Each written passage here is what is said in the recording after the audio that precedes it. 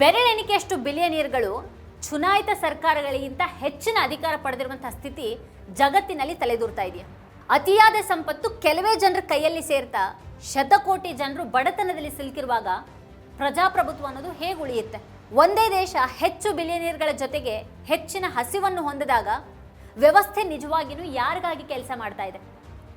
ಆರ್ಥಿಕ ಬಲಾನಿ ಎಲ್ಲವನ್ನ ಪ್ರಭಾವಿಸ್ತಾ ಎಲ್ಲವನ್ನ ಕೊಂಡುಕೊಳ್ಳುವಾಗ ಅರ್ಥಪೂರ್ಣ ಚುನಾವಣೆ ಸಾಧ್ಯನಾ?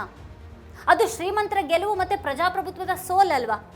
ಈ ಜಾಗತಿಕ ಅಸಮಾನತೆ ಮಾರುಕಟ್ಟೆಗಳ ಆಕಸ್ಮಿಕನ ಅಥವಾ ದಶಕಗಳಿಂದ ಮಾಡಿದಂಥ ರಾಜಕೀಯ ಆಯ್ಕೆಗಳ ಫಲನ? ಸಂಪತ್ತು ಮಾನವ ಘನತೆಗಿಂತ ವೇಗವಾಗಿ ಬೆಳೆದಾಗ ಸ್ವತಂತ್ರ, ನ್ಯಾಯ ಮತ್ತೆ ಸಮಾನ ಅವಕಾಶಗಳ ಕಥೆ ಏನು?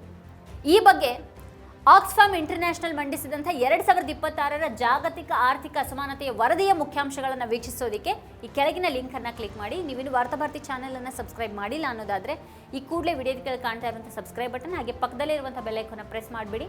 ನಮ್ಮ ವಿಡಿಯೋಗಳನ್ನು ಕೊನೆವರೆಗೂ ನೋಡಿ, ಹಾಗೆ ಅದ್ರ ಬಗ್ಗೆ ನಿಮಗೇನು ಅಭಿಪ್ರಾಯಗಳಿರುತ್ತೆ ಅದನ್ನು ವಿಡಿಯೋದ ಕೆಳಗಡೆ ಕಮೆಂಟ್ ಮಾಡಿ ನಮಗೆ ತಿಳಿಸಿ. ಮತ್ತು ನಿಮ್ಗೆ ಇಷ್ಟವಾದಂಥ ವಿಡಿಯೋಗಳ ಲಿಂಕನ್ನು ನಿಮ್ಮೆಲ್ಲ ಬಂಧು ಮಿತ್ರರಿಗೆ ವಾಟ್ಸ್ಆ್ಯಪ್ ಮಾಡಿ.